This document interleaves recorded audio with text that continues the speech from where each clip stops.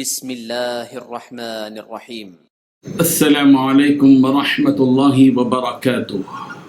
الحمد للہ وکفى وسلام علی عباده الذین اصطفى اما بعد۔ حاضرین و ناظرین، یہ درس نمبر 1339 ہے اور آج سورۃ الحج کی صرف 2 آیتوں کی تلاوت اور تشریح کی جائے گی، آیت نمبر 45 اور 46، 45 and 46۔ چلیے سب سے پہلے ہم ان 2 آیتوں کی تلاوت کرتے ہیں، لفظی ترجمے اور ترجمے کے بعد تشریح کرتے ہیں۔ اعوذ باللہ من الشیطان الرجیم، بسم اللہ الرحمن الرحیم۔ فَكَأَيٍّ مِّن قَرْيَةٍ أَهْلَكْنَاهَا وَهِيَ ظَالِمَةٌ فَهِيَ خَاوِيَةٌ عَلَى عُرُوشِهَا وَبِئْرٍ مُّعَطَّلَةٍ وقصر مشيد أفلم يسيروا في الأرض فتكون لهم قلوب يعقلون بها أو آذان يسمعون بها فإنها لا تعمى القلوب الأبصار ولكن تعمى القلوب التي في الصدور۔ صدق اللہ العظیم۔ لفظی ترجمہ یوں ہے، فَكَأَيٍّ پھر کتنی ہی من قریۃ بستیاں ہیں، اہلکناہا کہ ہم نے ان کو ہلاک کر دیا، وہیا اس حالت میں کہ وہ ظالم تھیں، فہیا چنانچہ وہ خاویۃ گری پڑی ہیں، علی عروشہا اپنی چھتوں پر، وبئرین اور کتنے ہی کنویں ہیں، معطلہ ناکارہ پڑے ہوئے، وقصرین اور کتنے ہی محل ہیں، مشید مضبوط ویران۔ افلم یسیرو کیا پھر انہوں نے سیر نہیں کی، فی الارض زمین میں، فتکونا کہ ہوتے لہم قلوب ان کے لیے دل، یعقلون کہ وہ سمجھتے بہا ان کے ساتھ، او آذان یا ہوتے ان کے کان، یسمعون کہ وہ سنتے بہا ان کے ساتھ، فإنہا چنانچہ بلا شبہ قصہ یہ ہے کہ لا تعمى الابصار آنکھیں اندھی نہیں ہوتی، لیکن تعمى القلوب دل اندھے ہوتے ہیں، التي في الصدور وہ جو سینوں میں ہیں۔ ترجمہ یوں ہے، غرض کتنی بستیاں تھیں جن کو ہم نے اس وقت ہلاک کیا جب وہ ظلم کر رہی تھیں، چنانچہ وہ اپنی چھتوں کے بل گری پڑی ہیں، اور کتنے ہی کنویں جو اب بیکار ہوئے پڑے ہیں، اور کتنے پکے بنے ہوئے محل جو کھنڈر بن چکے ہیں۔ تو کیا یہ لوگ زمین میں چلے پھرے نہیں ہیں جس سے انہیں وہ دل حاصل ہوتے جو انہیں سمجھ دے سکتے، یا ایسے کان حاصل ہوتے جس سے وہ سن سکتے؟ حقیقت یہ ہے کہ آنکھیں اندھی نہیں ہوتی بلکہ وہ دل اندھے ہو جاتے ہیں جو سینوں کے اندر ہے۔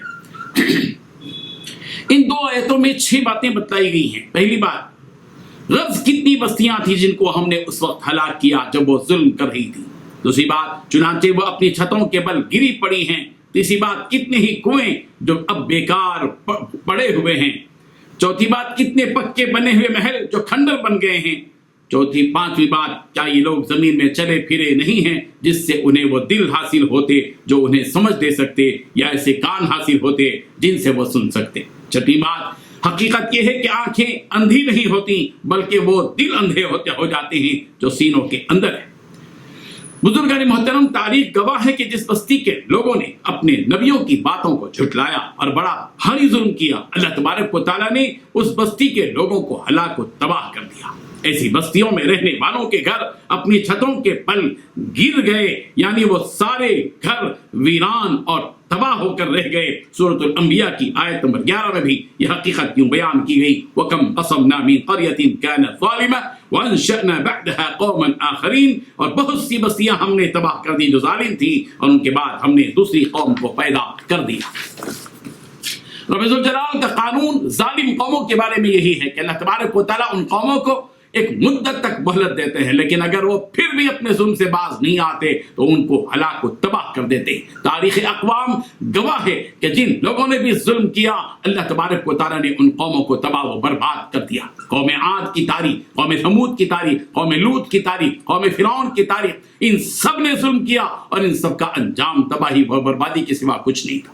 سورہ انبیاء کی آیت نمبر 11 میں بھی کہا گیا، وَكَمْ قَصَمْنَا مِنْ قَرْيَةٍ كَانَتْ ظَالِمَةً وَأَنشَأْنَا بَعْدَهَا قَوْمًا آخَرِينَ، اور ہم نے بہت سی بستیاں جن کے رہنے والے ظالم تھے تباہ کر ڈالی اور ان کے بعد دوسری قوم پیدا کر دی۔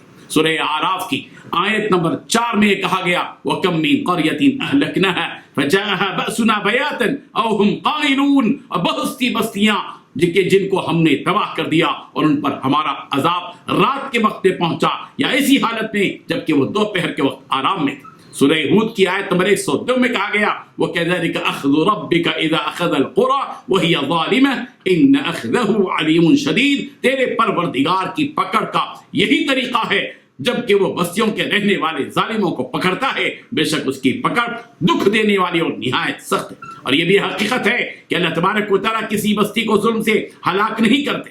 اگر کسی بستی کے لوگ نیک ہوں اللہ تبارک و تعالیٰ ان کو ہلاک کر دے، یہ ہو ہی نہیں سکتا۔ چنانچہ سورہ ہود کی آیت نمبر 117 میں یہی حقیقت بیان کی گئی، آپ کا رب ایسا نہیں کہ کسی بستی کو ظلم سے ہلاک کر دے اور وہاں کے لوگ نیکوکار۔ اللہ تبارک و تعالیٰ نے ظالم بستیوں کی ہلاکت کی منظر کشی یوں فرمائی فَهِيَ خَاوِيَةٌ عَلَى عُرُوشِهَا وَبِئْرٍ مُعَطَّلَةٍ وَقَصْرٍ مَشِيدٍ، وہ اپنی چھتوں پر گری پڑی ہیں اور کتنے ہی کنویں ہیں جو بیکار ہیں اور کتنے ہی محل ہیں جو مضبوط بنے ہوئے تھے آج کھنڈر بنے ہوئے۔